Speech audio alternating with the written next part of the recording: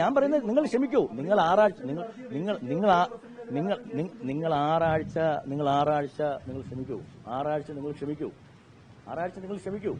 ഇങ്ങനെ സമാന്തര അന്വേഷണവും സമാന്തര വാർത്തകളും കൊടുക്കല്ലേ. നിങ്ങൾ ഭക്തരെ പരിഭ്രാന്തിയിലാക്കരുതേ. നിങ്ങൾ ആറാഴ്ച കൂടെ ക്ഷമിക്കൂ. കോടതിയും പറഞ്ഞിരിക്കുന്നത് അതല്ലേ. ആറാഴ്ച കഴിയുമ്പോൾ ദേവസ്വം പ്രസിഡന്റ് PS പ്രശാന്ത് പ്രതിയാണെങ്കിൽ ശിക്ഷിക്കപ്പെടട്ടെ.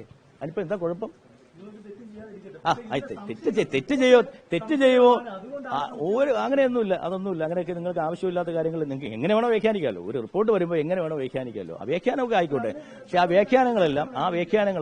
വ്യാഖ്യാനങ്ങളൊന്നും ശരിയല്ല.